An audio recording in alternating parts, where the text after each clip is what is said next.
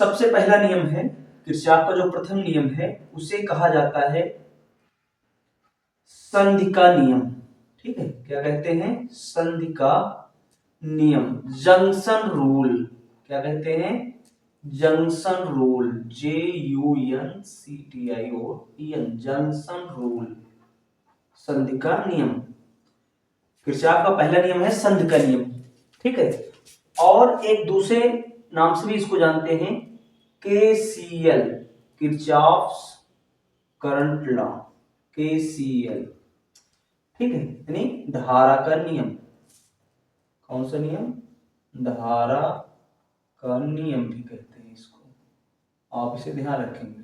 ठीक है, किरचॉफ का प्रथम नियम है। तो इसको हम स्टेटमेंट के रूप में कैसे लिखेंगे? कथन। आप साइड में देख पा रहे हैं डिफिनिशन, आप इसे भी लिख सकते हैं।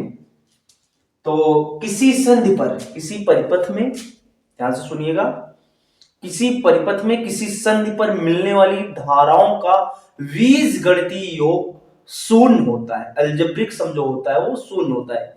किसी परिपथ में किसी संधि पर मिलने वाली समस्त धाराओं का बीजगणितीय योग शून्य होता है। ठीक, तो इसको आप चित्र के माध्यम से, इस डायग्राम के माध्यम से समझ सकते हैं। बहुत सारे करंट्स, ये हम कुछ यहाँ पर आती हुई जाती हुई धाराओं को हम प्रदर्शित कर रहे हैं। ये जंक्शन हो गया। ठीक है, ये जैसे ये I1 करंट मान लेते हैं, ये करंट I2 मान लेते हैं, ये करंट I3 मान लेते हैं, ये करंट I4 मान लेते हैं, और ये करंट I5 मान लेते हैं। तो ये संधि हो गया, जंक्शन हो गया। इस संधि पर कुछ धाराएं आ रही हैं, यहां से कुछ जा रही हैं, इसकी ओर कुछ आ रही हैं, और इस यहां से कुछ दूर जा रही हैं। तो इस संधि पर मिलने वाली समस्त धाराओं का बीजगणितीय योग क्या होता है? मैंने आपको बताया, शून्य होता है। किरचॉफ का जो पहला नियम था, यानी कहने का मतलब है जो दूर जा रही हैं उनको आप निगेटिव सिंबल के साथ लिखेंगे, और जो संधि की ओर आ रही हैं उनको आप पॉजिटिव सिंबल के साथ लिखेंगे, यानी धन चिन्ह के साथ, धनात्मक चिन्ह के साथ लिखा जाएगा। जो वहां पर जुड़ रही संधि की ओर आकर, संधि पर आकर मिल रही है, जो दूर जा रहे हैं उनको नेगेटिव सिंबल के साथ लिखा जाएगा। यानी जैसे I1 हो गया दूर जा रही, I2 दूर जा रही, I4 दूर जा रही है, तो इसको आप निगेटिव सिंबल के साथ लिखेंगे, -I1, -I2, -I4, ये निगेटिव सिंबल के साथ।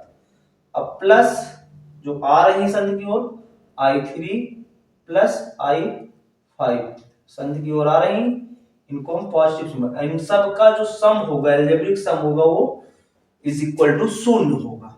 ये संधि का, ये किरचॉफ का प्रथम नियम है। और किरचॉफ का जो प्रथम नियम है ये आवेश संरक्षण के नियम को व्यक्त करता है। किरचॉफ का प्रथम नियम आवेश संरक्षण के नियम को व्यक्त करता है, तो आप इसे नोट कर लेंगे। ठीक है, सेकेंड लॉ देखते हैं, किरचॉफ का सेकेंड लॉ। इससे कहा जाता है बंद पास का नियम, या इसको हम बोलते हैं किरचॉफ वोल्टेज लॉ, वोल्टता का नियम, KVL, वोल्टता का नियम, वोल्टता का नियम। ठीक है, वोल्टता का नियम, या बंद पास का नियम, या बंद पास का नियम, बंद पास का नियम। ठीक, KVL, बंद पास का नियम क्या है? कहता है इसके अनुसार बंद पास का नियम या वोल्टता का नियम, KVL कह सकते हैं आप इसको। किरचॉफ के द्वितीय नियम के अनुसार किसी परिपथ में विभिन्न बंद पासों में बहने वाली धारा, विभिन्न खंडों में बहने वाली धारा और संगत प्रतिरोधों का गुणनफल का बीजगणितीय योग और उस परिपथ में लगे सेल के विद्युत वाहक बल के बीजगणितीय योग के बराबर होता है। फिर से सुनिएगा, किसी परिपथ में किसी परिपथ के विभिन्न खंडों में बहने वाली धारा तथा संगत प्रतिरोधों का गुणनफल का बीजगणितीय योग उस परिपथ में लगे विद्युत सेल के विद्युत वाहक बल, उस परिपथ में लगे सेल के विद्युत वाहक बल के बीजगणितीय योग के बराबर होता है। इसको आप ऐसे लिख सकते हैं, sigma I R is equal sigma ई। ठीक, ये किरचॉफ का फर्स्ट लॉ, सेकेंड लॉ है। यहां पर एक चीज हम बताना भूल गए, इसको सिग्मा आई इक्वल 0 ऐसे भी लिख सकते हैं। किरचॉफ के first law, Kirchhoff current law है। ठीक है, इसको सिग्मा आई इक्वल 0 भी आप लिख सकते हैं। यहां पर इसको क्या लिख सकते हैं, sigma I R equal sigma ई लिख सकते हैं इसको। ठीक है, और ये जो सेकेंड लॉ है, ये किरचॉफ का जो द्वितीय नियम है, ये ऊर्जा संरक्षण के नियम को व्यक्त करता है, ऊर्जा संरक्षण के नियम को व्यक्त करता है। ठीक, इसको हम एक फिगर के माध्यम से थोड़ा सा इसका कॉन्सेप्ट हम जान लेंगे।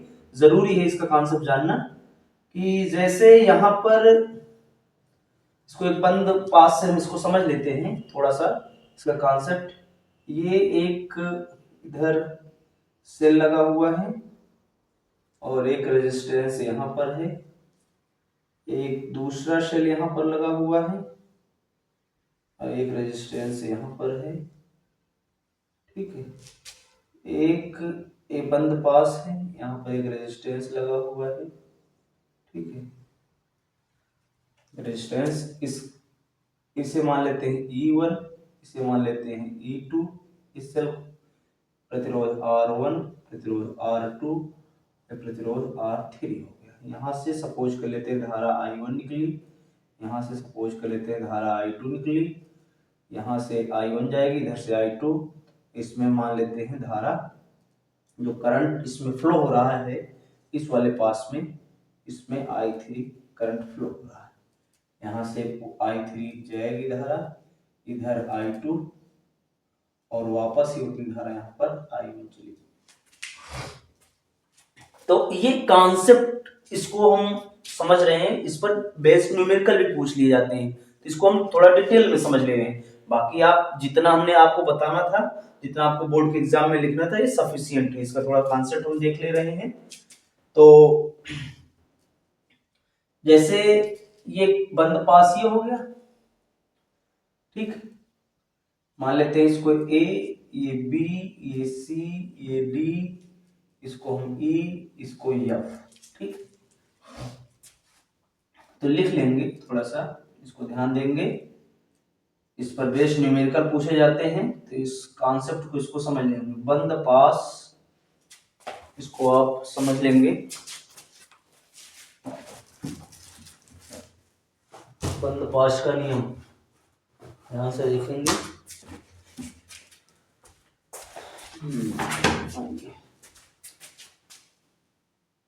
ये है बंद पास का, बंद पास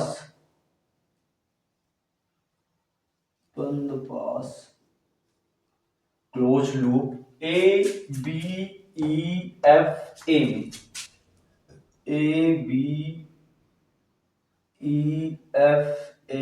में जहां से आपने स्टार्ट किया वहां तक वापस पुनः लौट के जाएंगे, तो ये क्या हो जाएगा, क्लोज पाथ हो जाएगा, बंद पास हो जाएगा। तो बंद पास में देखेंगे A से B चले, फिर B से इधर E आए, इसमें जो है धारा बह रही है। हमको थोड़ा सा ध्यान रखना पड़ेगा, जब हमारे चलने की दिशा, हम किधर चल रहे हैं, A से B, B से E, E से F, F से A, ये हमारे चलने की दिशा है। और धारा की दिशा, जिधर धारा बह रही है, दोनों की डायरेक्शन सेम है, तो प्रतिरोध और धारा का गुणनफल निगेटिव सिंबल के साथ लिखा जाएगा।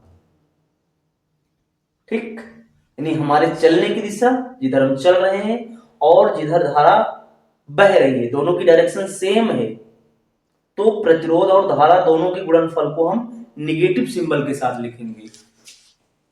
अगर ऐसा नहीं है तो हम उसे पॉजिटिव सिंबल के साथ लिखेंगे, इसे आप ध्यान रखेंगे। ठीक, तो इस चीज को आप बिल्कुल दिमाग में रखेंगे। तो यहां पर आप देख पा रहे हैं ए से बी गए, इसमें कोई प्रतिरोध नहीं, फिर बी से ई आई, इसमें एक सेल भी है, एक प्रतिरोध भी है, और इसमें धारा I2 बह रही है। तो सेल का जो हम टर्मिनल लेंगे, सेल के लिए जो सिंबल लेंगे, वो सेकेंड टर्मिनल कैसा है, निगेटिव, ये फर्स्ट है पॉजिटिव। तो बी से ई जा रहे हैं तो सेकेंड टर्मिनल का सिंबल हम लेंगे माइनस। सेल को हम जो लिखेंगे E2 की वैल्यू, इसको निगेटिव सिंबल के साथ लिखेंगे। फिर धारा इधर आ रही है और हम बी से ई जा रहे हैं, धारा ई से बी जा रही है। तो हमारे चलने की दिशा और धारा की बहने की दिशा दोनों अपोजिट है, इसलिए प्रतिरोध और धारा का गुणनफल जो होगा पॉजिटिव सिंबल के साथ लिखा जाएगा। फिर ई से एफ, इसमें इसके बीच में कुछ नहीं, फिर एफ से ए, एफ से ए जा रहे हैं, धारा भी उधर और हमारे चलने की दिशा भी उधर, तो इसको हम निगेटिव सिंबल के साथ लिखेंगे, I1 इंटू R1। फिर उसके बाद सेल में हम देखेंगे ये निगेटिव पॉजिटिव, जो सेकंड यानी लास्ट वाला जो टर्मिनल का सिंबल होगा वही हम सेल का चिन्ह लिखेंगे, ये माइनस, ये वाला छोटा, ये प्लस पॉजिटिव टर्मिनल, तो प्लस E1 लिखेंगे इज इक्वल 0। ये पहला बंद पास के लिए था। इसी प्रकार से आप इस पास के लिए भी लिख सकते हैं। तो इसको हम मान लेते हैं 1, इसको मान लेते हैं 2। तो 2 वाले के लिए हम इसको कैसे लिखेंगे, 2 वाले के लिए यहां पर मैं लिख दे रहा हूं, बंद पास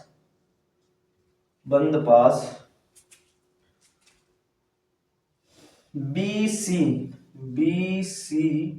डी ई बी में, ठीक है, बी से सी से डी से ई से बी हम चल रहे हैं, ठीक है। तो बी से सी के बीच में कोई प्रतिरोध नहीं, ना कोई सेल, सी से डी के बीच में एक रेजिस्टेंस लगा हुआ है R3 और इसमें धारा I3 जा रही है, हमारे चलने की दिशा और धारा की दिशा सेम है, इसलिए निगेटिव सिंबल के साथ।